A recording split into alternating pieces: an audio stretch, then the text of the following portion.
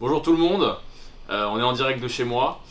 Avec le Covid, il y en a beaucoup d'entre vous qui ont dû faire la même chose que moi, c'est-à-dire réorganiser leur mode de vie pour pouvoir mieux bouger, faire plus de sport et peut-être acheter du matos ou carrément se construire un home gym chez soi.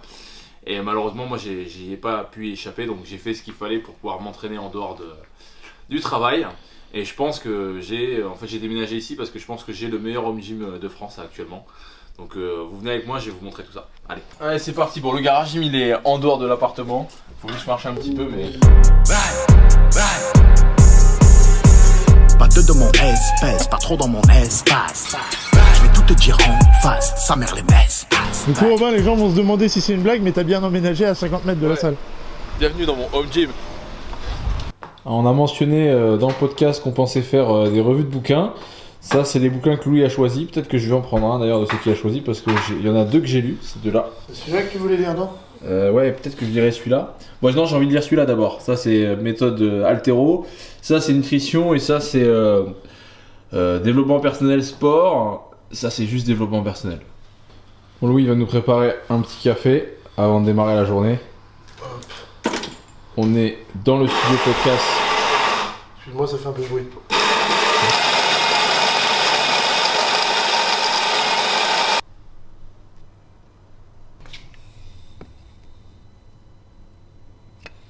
C'est une belle couleur.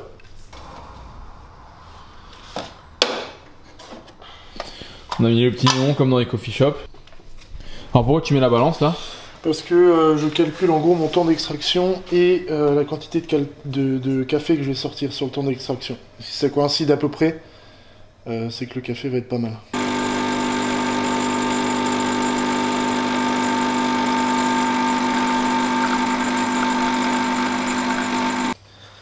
Hop là. Bon bah, merci Louis pour le café, et nous ça va nous permettre d'aborder avec vous un sujet qu'on a jamais abordé, je pense, la nutrition. On n'en a pas trop fait, un tout petit peu, et notamment le sujet de la caféine. Faut savoir que la caféine c'est la denrée la plus échangée au monde après l'huile. Et c'est aussi la seule drogue au monde. Sous la forme de café. Oui, non mais c'est surtout la drogue une des drogues les plus utilisées au monde, et il n'y a aucun contrôle, c'est pas légiféré, etc. Et ça a un impact sur votre sommeil et sur l'entraînement, donc on va en parler un petit peu. On n'est pas des experts de la question, hein. On ne prétend pas être des experts de la question. Par contre, forcément on a notre expérience personnelle et puis on s'est un petit peu renseigné. Ouais. Donc toi, ton ressenti par rapport à la caféine sur l'entraînement, parce qu'il y en a, on le sait à la salle, ils se blindent de caféine, que ce soit avec les boissons type Noco, énergisante ou Amino Pro. Et puis il y en a, c'est avec le booster, etc. Il faut savoir que c'est des canettes avec en moyenne 200 mg de caféine dans une canette. Ouais, entre 150 et 200, c'est quoi? Ça commence à faire beaucoup. Ouais. Ça fait quoi? Ça fait 2 ou 3 cafés comme ça, fastoche? Au moins 2 fois ton shot espresso. Ouais, okay.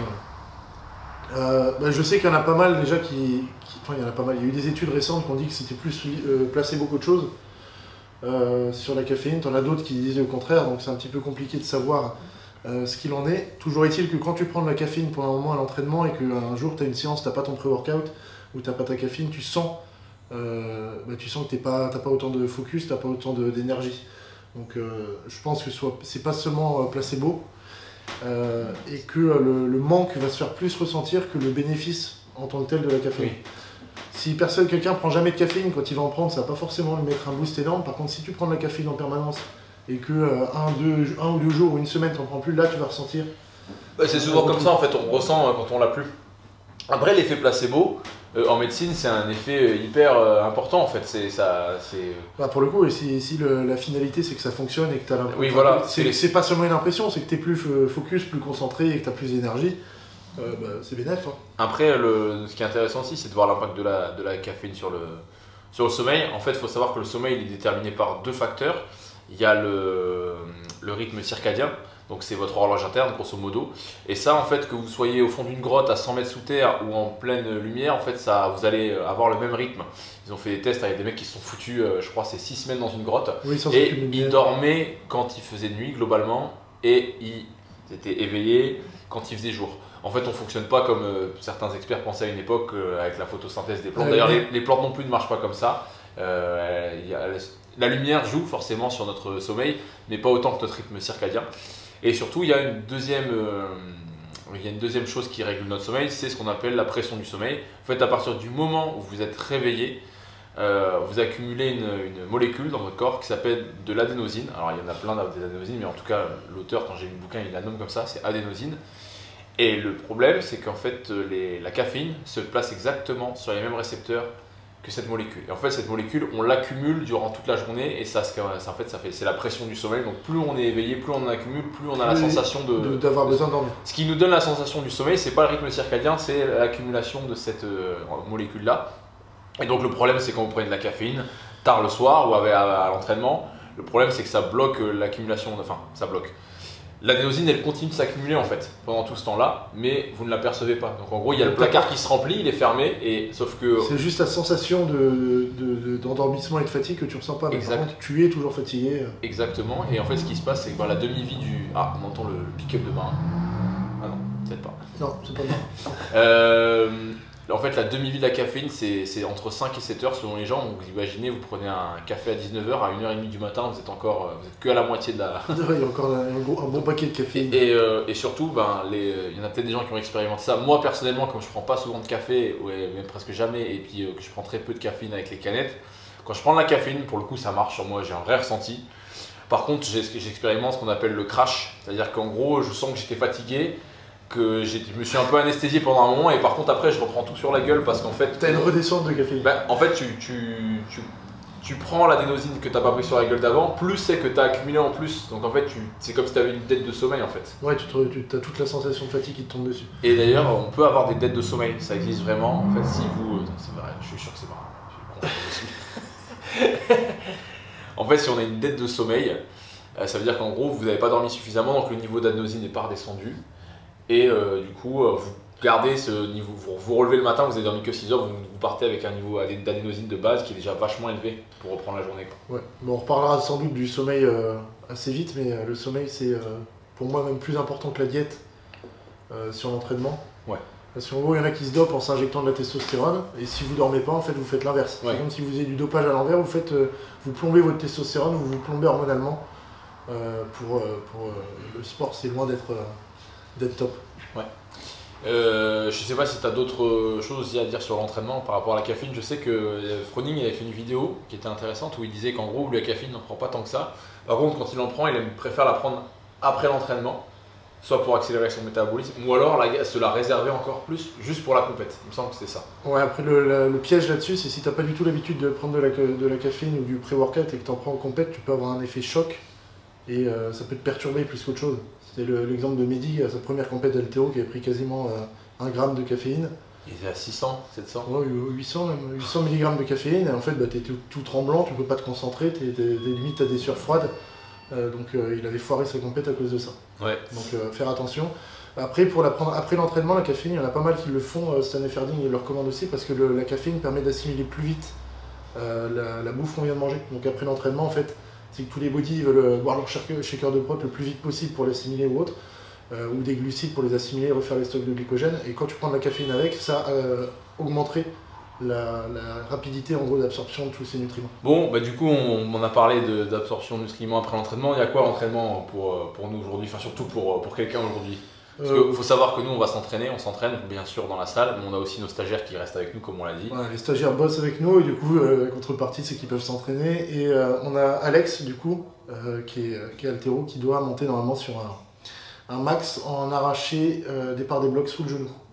Donc on va voir ce que ça donne. Et il a pas le droit de mettre les sangles, parce que ça fait longtemps depuis un moment il tire avec ses sangles, donc on le réhabitue à tirer sans, donc ça va être un petit handicap. J'ai hâte de voir tout ça. Voilà, c'était un des premiers vlogs. Je sais pas si ce sera, peut-être que quand on l'aura sorti ce sera le 2e ou le 3e, qui sait. Mais voilà, on va rester sur des formats comme ça, on espère que ça vous plaît. On se retrouve très vite pour l'entraînement d'Alex. Ah, t'as pris la barre de compète? Ouais, comme d'hab. Pour le grip.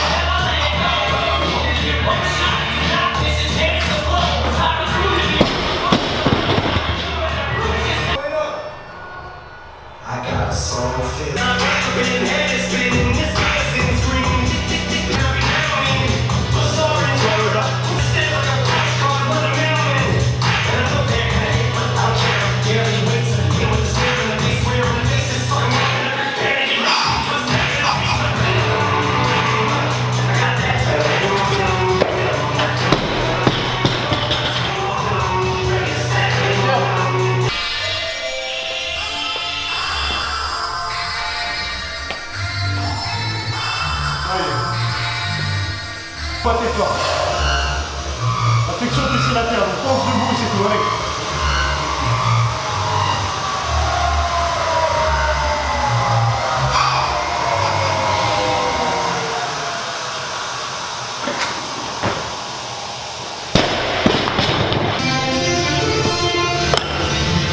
Tu vas retenter, je suppose? Ouais. C'était beaucoup mieux sur celle-là que sur la précédente. Hein. Je vais mettre plein de patates.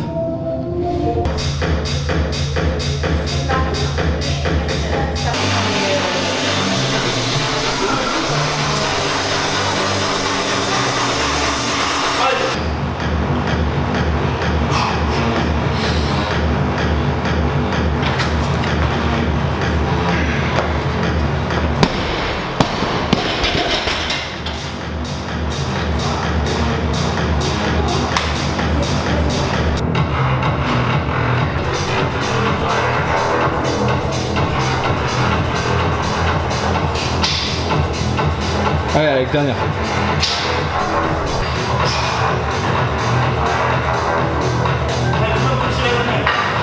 On se tient à la hauteur, allez.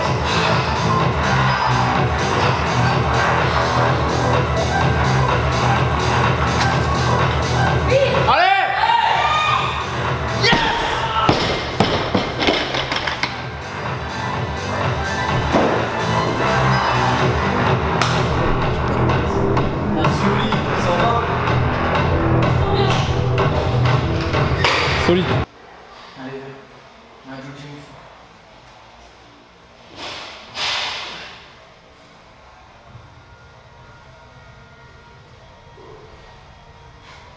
Allez. Garde, garde, garde. Repose-toi.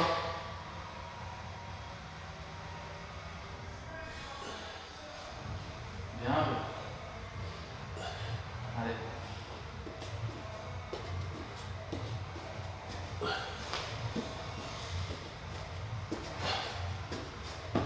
Yes.